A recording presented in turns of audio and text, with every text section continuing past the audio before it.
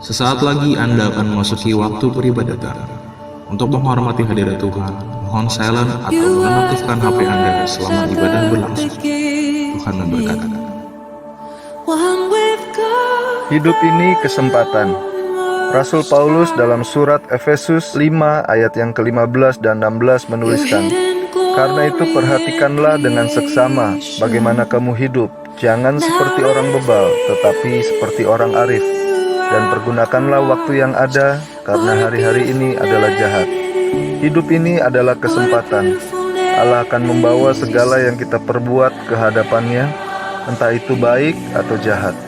Hidup ini kesempatan bagi kita untuk bertobat, untuk berbuat baik, untuk beribadah pada Tuhan, dan untuk melakukan tugas kita hingga selesai. Lakukan semua kesempatan itu seperti untuk Tuhan, bukan untuk manusia, karena Tuhan menyediakan upahmu di surga. Amin.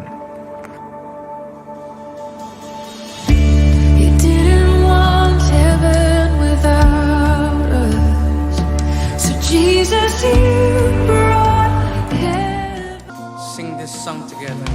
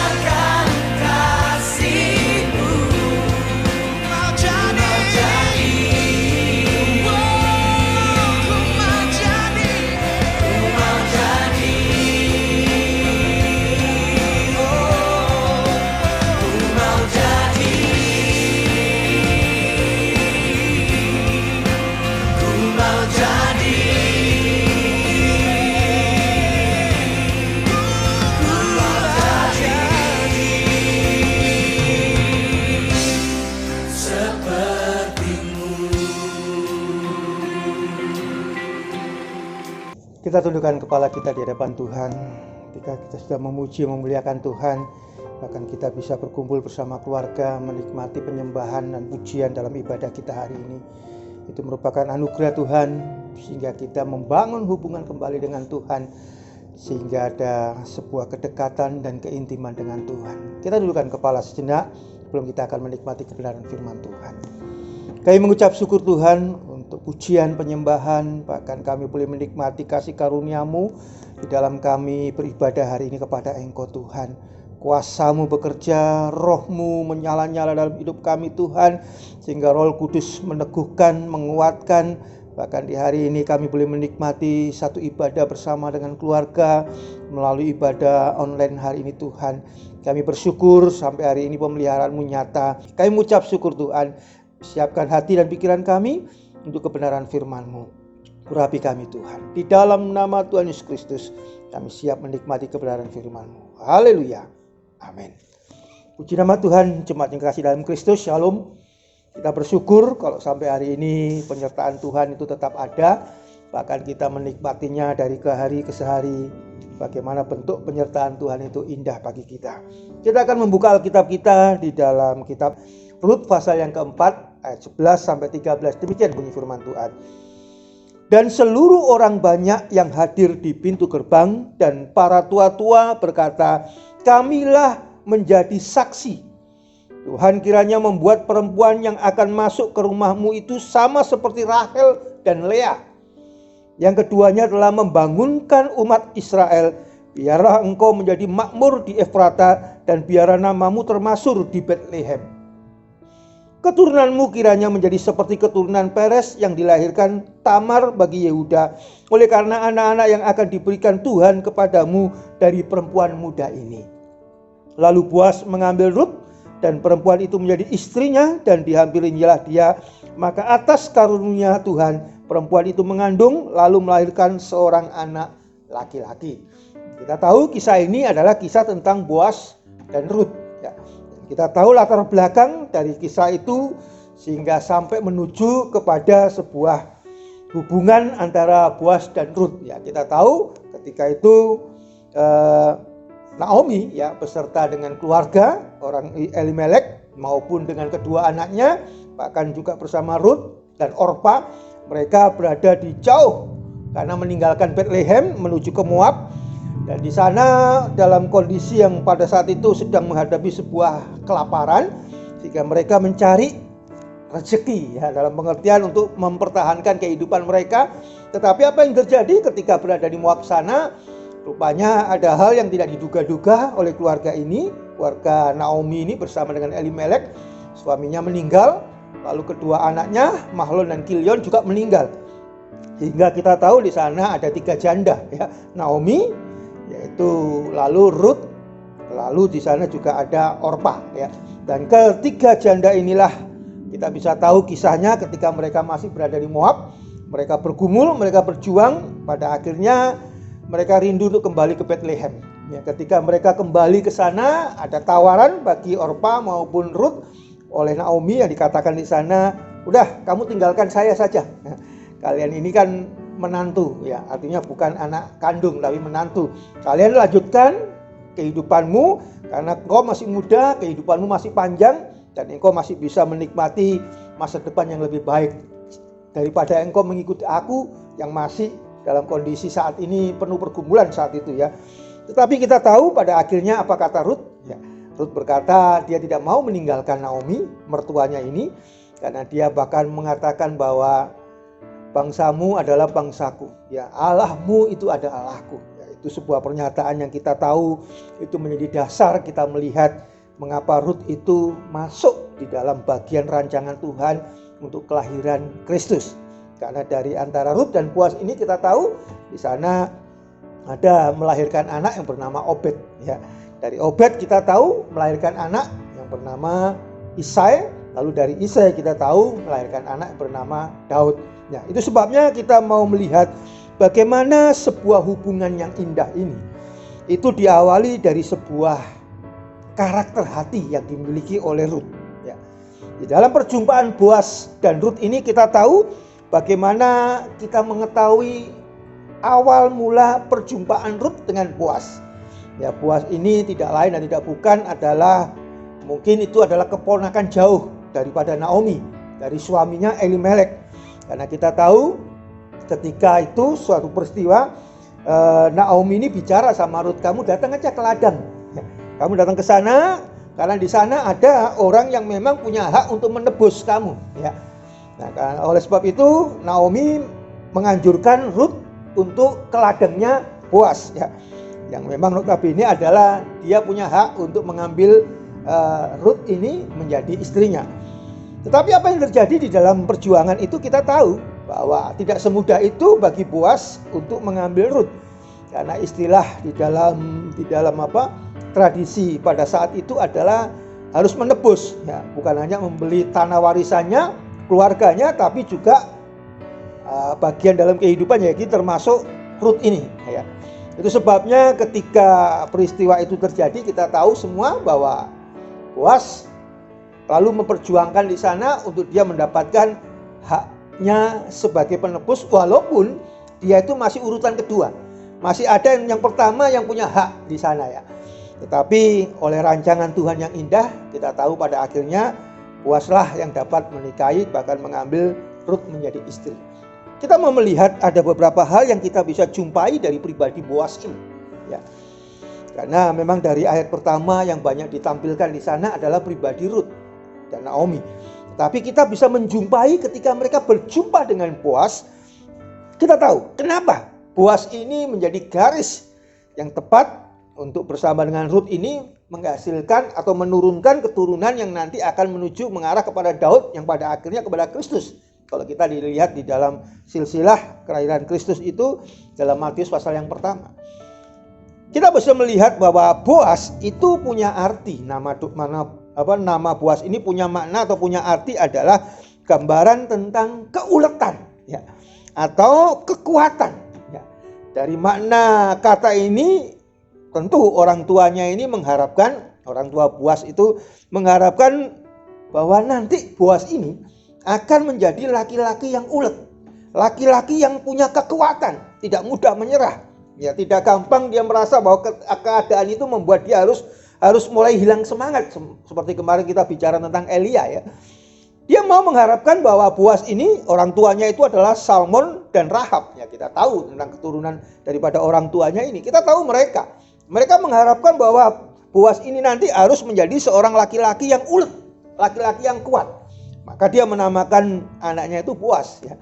Itu sebabnya kita tahu ketika di dalam masa perjuangan seperti yang dialami oleh Elimelek bersama dengan Naomi, mereka bukan orang yang ulet, ya. Mereka bukan orang yang kuat untuk berjuang. Akhirnya mereka ketika ada kelaparan mereka lari ke Moab malah, ya. Tetapi justru Boas dalam menghadapi keadaan seperti itu dia bertahan.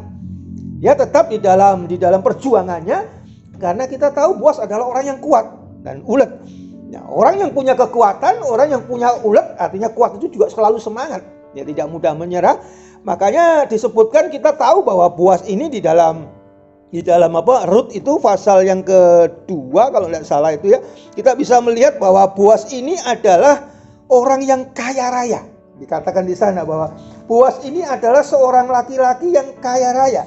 Itu sebabnya kita bisa melihat bahwa kehidupan Boas ini adalah dikatakan dalam Rut pasal 2 yang pertama, katakan demikian.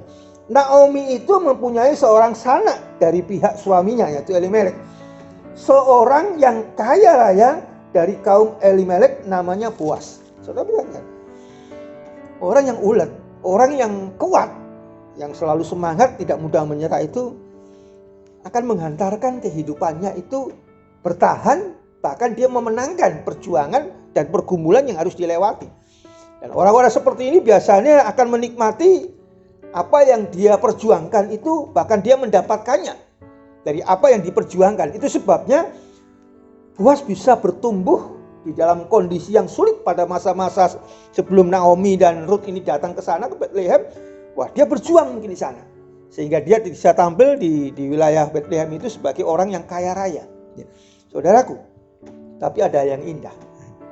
Biasanya kalau kita jumpai dalam kehidupan manusia duniawi yang dengan bergelimpangan harta dan berbagai macam kekayaan, kadang-kala itu dapat mengubah, ya, merubah karakter dalam dirinya. Karena kadang-kala mereka merasa bahwa semua itu hasil usahaku, semua itu hasil perjuanganku, semua itu karena aku kuat, karena aku pandai, karena aku pintar cari uang, ya. Nah, itu membuat manusia yang sudah mencapai hasil dari lelahnya itu menjadi orang yang kaya raya, lalu berubah karakter, ya. Menjadi orang yang sangat egois, ya. Orang yang hanya mementingkan diri sendiri, orang yang punya orientasi dalam kehidupannya itu hanya uang, ya. Sehingga dia melupakan banyak hal dari batasan-batasan sebagai manusia sosial yang harus memberikan perhatian juga kepada sesamanya. Tetapi kita jumpai Boas itu tidak seperti itu. Dari perjuangannya Boas inilah kita mau belajar tentang berbagai macam perilaku dan karakter yang dimiliki oleh Boas yang harus menjadi milik saudara dan saya. Karena ketika dalam kehidupan kita diangkat oleh Tuhan, hidup kita diberkati oleh Tuhan, hidup kita merasakan bahwa kita baik-baik saja dalam hidup ini, maka pasti karakter yang kita mau belajar dari Boas ini itu harus mewarnai kehidupan kita. Kenapa Boas bisa mencapai pada titik kehidupan seperti itu? Dia seorang yang kaya raya, tapi dia juga orang yang rendah hati. Bukan hanya rendah hati, tapi dia adalah orang yang bertanggung jawab. Artinya dia punya sebuah integritas di dalam hidupnya. Dari apa yang dilontarkan oleh perkataannya, itu juga dia lakukan dalam kehidupannya. Kita mau belajar tentang 4 hal dari karakter perilaku dari Boas ini yang dapat kita pelajari. Yang pertama, di dalam Rut pasal yang keempat ayat 7 dikatakan demikian. Beginilah kebiasaan dahulu di Israel dalam hal menebus dan menukar. Setiap kali orang hendak menguatkan sesuatu perkara, maka yang seorang menanggalkan kasutnya sebelah dan memberikannya kepada yang lain. Demikianlah cara orang mensahkan perkara Israel. Lalu penebus itu berkata kepada Boas, ini yang punya hak yang pertama di atas Boas. Boas gak bisa mengambil alih, tapi orang ini pertama. Dan itu sebabnya hal ini dilakukan Boas menghadap dia, lalu mengajak semua tua-tua tadi kumpul untuk adanya peralihan. Karena dikatakan demikian, kata Boas ini kepada Boas ini penebus itu, engkau saja yang membelinya dan ditanggalkannya lah kasutnya. Artinya itu hak sebagai seorang penebus yang pertama itu dia gak sanggup. Karena kalau untuk beli tanah dia sanggup, kalau membeli harta bendanya Elimelek dia sanggup. Tapi yang tidak sanggup dilakukan oleh penebus yang pertama ini, yang punya hak pertama ini adalah dia harus mengambil Rut ini menjadi istrinya. Nah disitulah dia angkat tangan menyerah. Ya. Itu sebabnya dia serahkan haknya ini kepada Boas. Perhatikan kata-kata Boas di sini. Kemudian berkatalah Boas kepada para tua-tua dan kepada semua orang di situ, kamulah pada hari ini menjadi saksi bahwa segala milik Elimelek dan segala milik Kilion dan Mahlon aku beli dari tangan Naomi. Perhatikan, harta bendanya dari mertuanya Rut yaitu Elimelek, dari Naomi yang punya ahli warisnya, lalu kepada Kilion dan Mahlon yang sudah meninggal, itu dibeli oleh Boas dari Naomi karena Naomi masih hidup. Tapi perhatikan ini, juga Rut perempuan Moab itu istri Mahlon, aku memperoleh menjadi istriku untuk menegakkan nama orang yang telah mati itu di atas milik pusakanya. Demikianlah nama orang itu tidak akan lenyap dari antara saudara-saudaranya dan dari antara warga kota. Kamulah pada hari ini menjadi saksi. Yang menjadi menarik adalah, kenapa Boas mau lakukan ini? Kenapa Boas mau kerjakan ini? Padahal kalau kita lihat dari penebus yang pertama yang punya hak, dia nggak berani lakukan itu. Tapi kenapa Boas lakukan itu? Karena saudara, Boas ini punya hati yang bersih. Boas ini punya tujuan, maksud dalam hatinya itu semata-mata itu hanya takut akan Tuhan. Kenapa dia lakukan seperti ini? Karena dalam perjumpaannya yang pertama, ketika dia mulai berjumpa dengan Rut pada saat Rut disuruh oleh Naomi untuk memetik atau mengambil gandum-gandum yang jatuh dari orang yang memetik itu Rut lakukan lalu berjumpa dengan Boas. Tapi pada satu kali di dalam perjumpaan itu Rut mengungkapkan apa yang dinasihatkan oleh Naomi, ya, bahwa kamu pergi ke sana karena di sana ada seseorang yang memang dia punya hak untuk menebus engkau menjadi istrinya. Itu di dalam ayat pasal 3 ayat yang ke-9 dikatakan demikian. Bertanyalah ia, siapakah engkau? Jawabnya, aku Rut hambamu, kembangkanlah kiranya sayapmu melindungi hambamu ini, sebab engkaulah seorang kaum yang wajib menebus kami. Ya. Lalu kita bisa melihat di sana, Boas berkata, diberkatilah kiranya engkau oleh Tuhan ya anakku, Sekarang engkau menunjukkan kasih-Mu lebih nyata daripada yang pertama kali itu. Karena engkau tidak mengejar-ngejar orang-orang muda, baik yang miskin maupun yang kaya. Nah, ketika itu Boas berjanji. Nah, ketika dia berjanji, hatinya tulus. Dia menjaga betul kelakuan hidupnya tetap bersih. Karena dia tahu dalam posisi seperti itu dikatakan tidak baik. Ya, karena ada di sebuah pengirikan itu ada wanita yang bernama Rut dan dirinya seorang pemuda yang bernama Boas. Makanya dia tinggalkan pada saat itu di tempat itu, lalu dia berkata, nanti aku akan kerjakan. Ya, di dalam ayat 13 katanya di sini bahwa jika ia mau menebus engkau, baiklah kiranya ia menebus. Tetapi jika ia tidak suka menebus engkau, maka akulah yang akan menebus engkau. Jadi Boas ini sudah berjanji pada Rut. Ya. Dan benar dia lakukan janji itu. Pada keesokan harinya dia panggil semua ketua-tua yang peristiwa kita baca. Jadi yang pertama, karakter dari perilaku Boas ini yang dapat menjadi pelajaran kita itu, kita harus punya hati yang bersih. Kita harus punya hati yang tulus. Karena orang yang berperilaku yang bersih dan tulus itu akan menuntun hidupnya tetap di jalan Tuhan. Coba kita mau lihat satu ayat yang dituliskan di dalam Mazmur pasal yang ke-119 ya, ayat yang ke-9 dan ke-10. Dikatakan demikian, dengan apakah seorang muda mempertahankan kelakuannya bersih? Dengan menjaganya sesuai firman-Mu. Dengan segenap hatiku aku mencari engkau, janganlah biarkan aku menyimpang dari perintah-perintah-Mu. Jadi itu yang dilakukan oleh Boas yang pertama dalam hidupnya. Dia punya perilaku selalu menjaga hidupnya itu bersih. Dia gak berani macam-macam dengan Rut pada saat itu, walaupun ada di sebuah ruangan pengirikan pada saat itu. Karena Boas tahu hidupnya ini harus menuruti firman Tuhan. Jalan hidupnya itu harus melangkah sesuai firman Tuhan. Tetapi hati yang bersih ini dia tunjukkan dengan sebuah tekad, dengan sebuah janji. Nanti aku akan mengambil engkau atau menebus engkau, tapi di atasku masih ada yang lebih berhak. Rupanya Boas hanya tidak sekedar janji. Karena ketulusan hatinya, karena hatinya yang bersih tadi, dia lalu ambil proses itu. Ya. Dia tidak mengambil kesempatan dalam kesempitan pada saat itu, tapi karena hatinya bersih dan takut akan Tuhan, dia kerjakan yang baik itu, lalu dia mulai merencanakan bagaimana caranya dia bisa mendapatkan begitu. Kita tahu peristiwanya itu ketika masalah penebusan itu, yang pertama gak mau dia lempar kepada Boas, ulah itu hakmu sekarang. Ya. Dan kita tahu pada akhirnya perlu diambil di sana.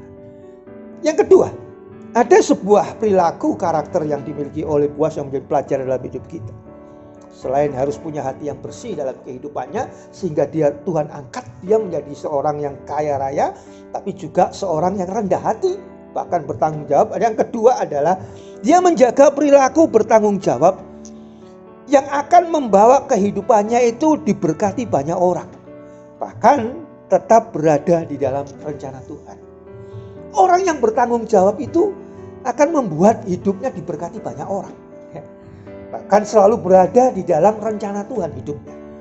Saudara, susah memang mencari seseorang yang bisa bertanggung jawab dalam kehidupannya. Karena untuk bisa bertanggung jawab dalam kehidupannya, orang itu harus punya ketekunan dan kesungguh-sungguhan. Karena awal yang pertama orang bisa bertanggung jawab itu harus punya satu bagian karakter yang pertama tadi. Hatinya itu harus bersih. Gak boleh punya hati yang berkelok-kelok. Ya. Dia harus bersih hati, maka orang yang bersih hati itu pasti akan bisa bertanggung jawab dalam hidupnya. Dan Boas ini adalah seorang yang memang memiliki hati seperti itu. Seperti yang kita baca tadi, kita bisa melihat dalam Rut 4 itu ayat yang ke-17, di sana dikatakan demikian.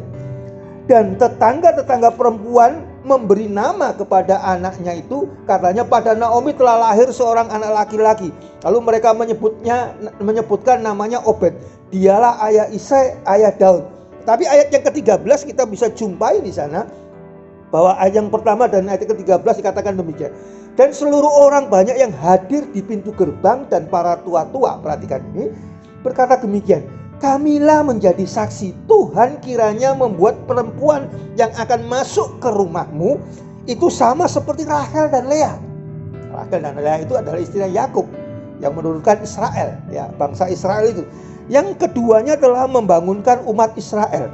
Biarlah engkau menjadi makmur di Efrata dan biarlah namamu termasyhur di Betlehem.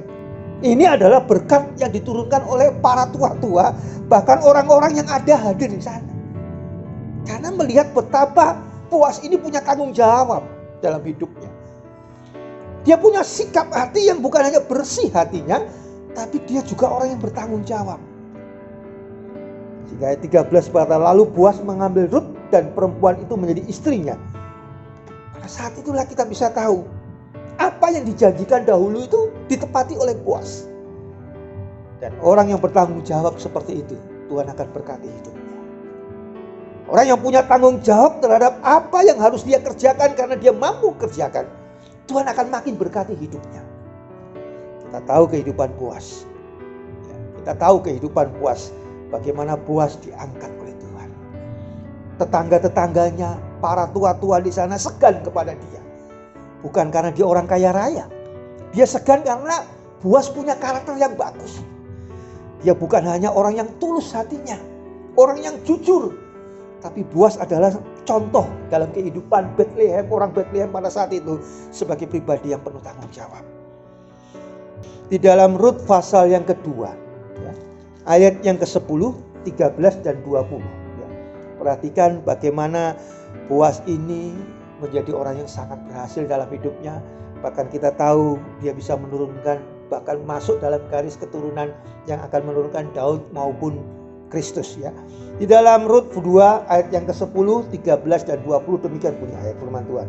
Lalu sujudlah Rut menyembah dengan mukanya sampai ke tanah dan berkata kepadanya, mengapakah aku mendapat belas kasihan daripadamu sehingga Tuhan memperhatikan aku padahal aku ini seorang asing. Ini kata-kata Rut. Karena Boas memerintahkan kepada pegawai-pegawainya itu, mandor-mandornya, pengerja-pengerjanya itu udah sengaja jatuh-jatuhin aja supaya itu diambil oleh Rut. Karena dia tahu Rut ini rajin, dari pagi dia datang sampai sore itu dia rajin mungutin terus. Ya. Boas melihat itu timbullah belas kasihan itu. Ketika ditanya siapa kamu? Saya anaknya Naomi. Menantunya Naomi. Ya. Nah, saudara, ayat yang selanjutnya di dalam ayat yang ke-13 berkata demikian. Kemudian berkatalah Rut, memang aku mendapat belas kasihan daripadamu ya Tuanku, sebab Tuhan telah menghiburkan aku dan telah menenangkan hati hambamu ini, walaupun aku tidak sama seperti salah seorang hamba-hambamu perempuan. Dalam pengertian, harusnya Rut ini tidak punya hak mendapat belas kasihan dari seorang Boas, majikan yang kaya raya. Harusnya Boas itu memperhatikan pegawai-pegawainya yang kerja keras. Tapi justru di sana Rut seperti mendapatkan belas kasihan lebih, ya, perhatian dari seorang Boas. Ya, inilah yang dimiliki, karakter yang dimiliki oleh Boas. Dia bukan hanya orang yang memiliki hati yang tulus. Dia bukan hanya seorang pribadi yang punya rasa tanggung jawab yang besar, yang tinggi. Tapi dia juga adalah pribadi yang memiliki belas kasihan yang besar. Saudaraku, memiliki belas kasihan itu sangat karakter yang sangat khusus di dalam kehidupan seseorang. Karena tidak semua orang bisa memiliki karakter atau hati yang penuh dengan belas kasihan. Karena belas kasihan itu sebenarnya menyangkut kepada pembentukan karakter hati dalam diri. Karena kalau orang pernah disentuh bagaimana Tuhan mengorbankan dirinya di atas kayu salib, orang pernah disentuh bagaimana Tuhan mengorbankan anaknya yang tunggal, Allah memberikan anak yang tunggal bagi kita. Ketika orang disentuh dengan kasih Tuhan yang besar, ketika menyelamatkan umat manusia, dan orang merespon itu dalam hidupnya dan menyadari itu adalah sebuah karya yang besar, maka orang itu akan bisa tumbuh dalam hidupnya itu rasa belas kasihan. Tetapi kalau orang tidak bisa memandang itu semua, maka orang akan sulit tumbuh dalam hatinya, dalam hidupnya itu rasa belas kasihan. Karena belas kasihan ini, saudara, luar biasa ini tumbuh. Tidak semua orang bisa tumbuh dalam hidup memiliki belas kasihan. Ya, kita bisa melihat ada orang yang memiliki banyak kelebihan dalam dirinya, sanggup untuk dia berbagi dengan sesamanya, tapi dia sulit berbagi. Bahkan dia sangat perhitungan untuk membagi sedikit saja untuk membantu orang lain. Karena memang dalam dirinya tidak ada bertumbuh hidupnya itu belas kasihan. Karena tidak tersentuh sama sekali. akan apa yang Tuhan perbuat untuk dirinya. Dia pikir semua yang dikerjakan, semua yang didapat itu hasil jerih lelah dia. Orang yang punya belas kasihan itu, dia punya atau dia tidak punya. Ketika melihat orang yang kekurangan, orang yang membutuhkan pertolongan, orang yang membutuhkan perhatian, secara spontan dia bisa berbuat sesuatu. Bahkan kadang-kala mengorbankan kesenangan dirinya, kesenangan orang-orang di sekitarnya. Dia bisa memberikan sesuatu, pemberian yang lebih dari apa yang dia harusnya bisa berikan kepada orang-orang di sekitarnya. Dan itu dilakukan Boas. Sehingga Rut berkata, harusnya itu pengerjamu itu loh. Harusnya itu orang-orang yang bekerja dengan engkau itu yang mendapat belas kasihan. Tapi kenapa kau berikan kepadaku? Karena Rut tadi lihat, hati Tuanku itu penuh dengan belas kasihan.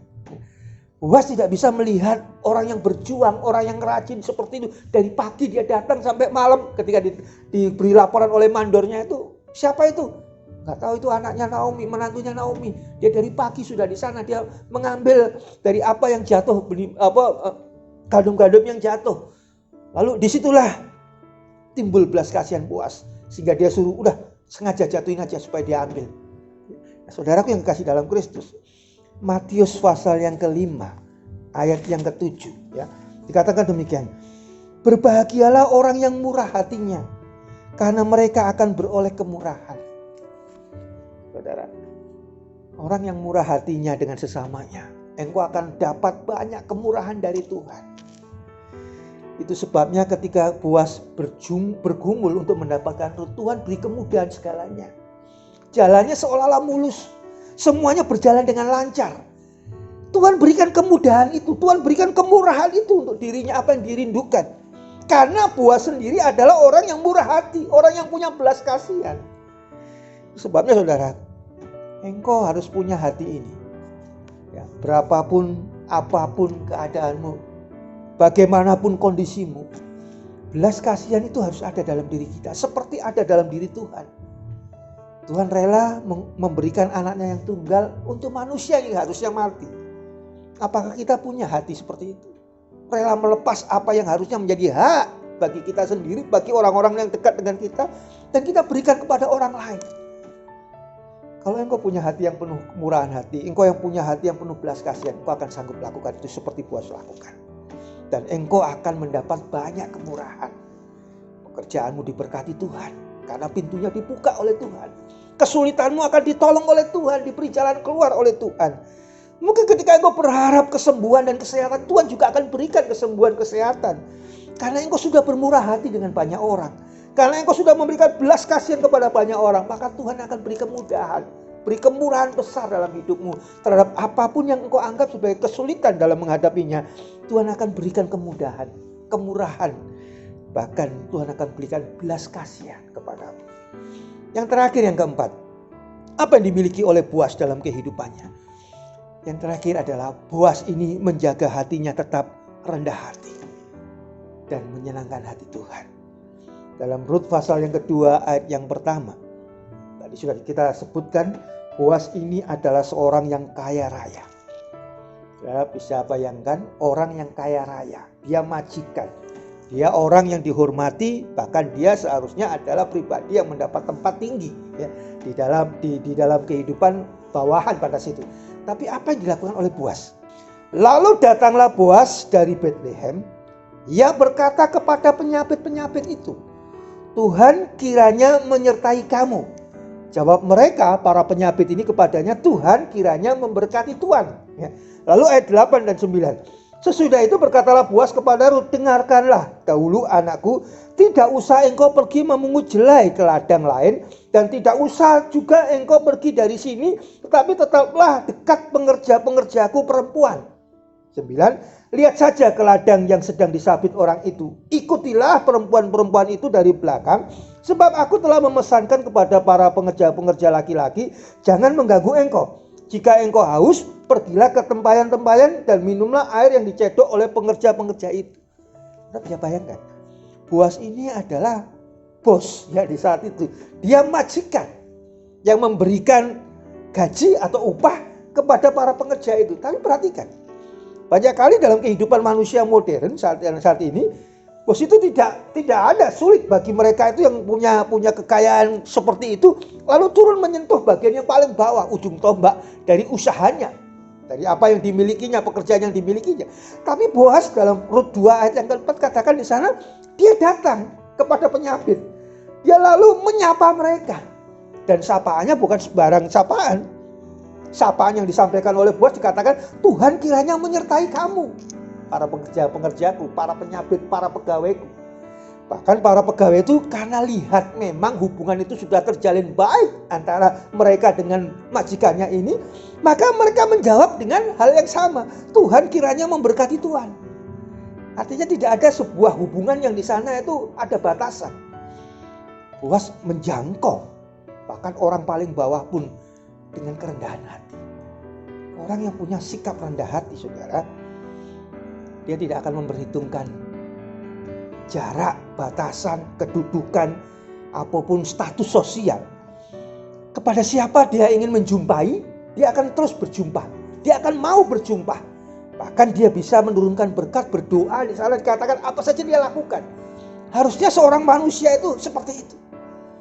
Apa yang kita alami, apa yang kita nikmati hari ini itu atribut saja. Sesuatu yang menempel yang nanti akan hilang semuanya.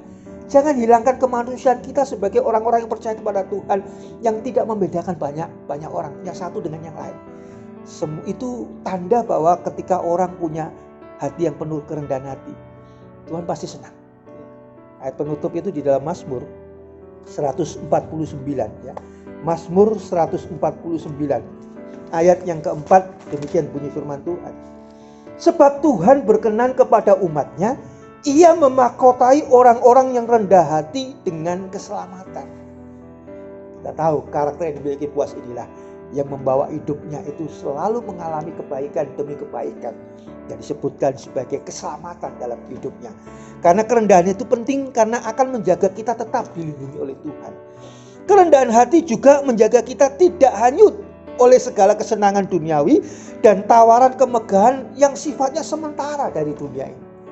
Kerendahan hati juga menolong kita untuk tetap sadar bahwa semua yang kita miliki datangnya oleh Tuhan dan dari Tuhan, bukan hanya kecil lelah kita. Dan Boas kaya raya, Boas terhormat dan disegani, tetapi dia tetap memiliki hati yang rendah hati. Bahkan dia mengeluarkan kata-kata berkat bukan untuk orang sepadan, tapi justru orang yang paling kecil menjadi ujung tombak dari usahanya, yaitu para pengerjanya, para penyabit-penyabitnya. Milikilah 4 karakter itu, maka hidupmu akan baik-baik saja. Engkau akan diberi kemurahan oleh Tuhan, pemeliharaan oleh Tuhan, penjagaan oleh Tuhan. Hati yang tulus, hati yang penuh tanggung jawab dalam kehidupan kita, bahkan memiliki kerendahan hati dalam diri kita. Terlebih lagi dalam kehidupan kita bisa memiliki belas kasihan, kemurahan hati. Maka 4 karakter yang dimiliki Boas ini membuat dirinya diangkat oleh Tuhan. Bukan hanya melahirkan seorang anak biasa. Dia melahirkan seorang anak Obed. Obed melahirkan Isai. Isai melahirkan Daud. Dan sampai seterusnya dilahirkanlah Kristus dari keturunannya. Aku yang kekasih dalam Kristus, berkat Tuhan akan terus turun-temurun turun dalam kehidupanmu ketika engkau memiliki karakter dan sikap dan perilaku seperti yang dimiliki oleh Boas. Amin buat firman Tuhan. Kita tundukkan kepala kita di hadapan Tuhan. Kami bersyukur kepadamu Tuhan, Engkau sudah memberkati ibadah kami hari ini akan pemberitaan firman-Mu, sehingga ini menjadi berkat yang permanen kepada umat-Mu yang mendengarkannya, bahkan mengikuti ibadah hari ini. Tuhan berkati bangsa kami, Tuhan juga program untuk vaksinasi untuk seluruh warga negara Indonesia ini, biar semua boleh berjalan dengan lancar. Tuhan sertai keadaan bangsa ini dengan cuaca dan bencana banjir di mana-mana. Tuhan beri kekuatan bagi setiap warga negara yang menghadapi bahkan mengalami musibah ini. Tuhan jagai pelihara mereka, bahkan umat-umat-Mu, gereja-Mu juga Engkau jagai Tuhan, untuk menjadi saluran berkat bagi mereka semua. Terima kasih untuk hari ini Tuhan. Berkati semua jemaat-Mu Tuhan. Engkau melihara mereka, menyertai mereka sekarang maupun yang akan datang. Sekarang Tuhan, limpahkanlah kiranya berkat-Mu Tuhan dari surga. Kiranya berkat kasih karunia dan anugerah dari Allah Bapa, cinta dan kasih yang penuh dalam Kristus Yesus, kekuatan dan persekutuan di dalam kuasa Roh Kudus-Mu melimpahi kehidupan umat-Mu hari ini, esok, sampai selama-lamanya. Dalam nama Tuhan Yesus Kristus bersama kita berkata, Amin. Tuhan memberkati.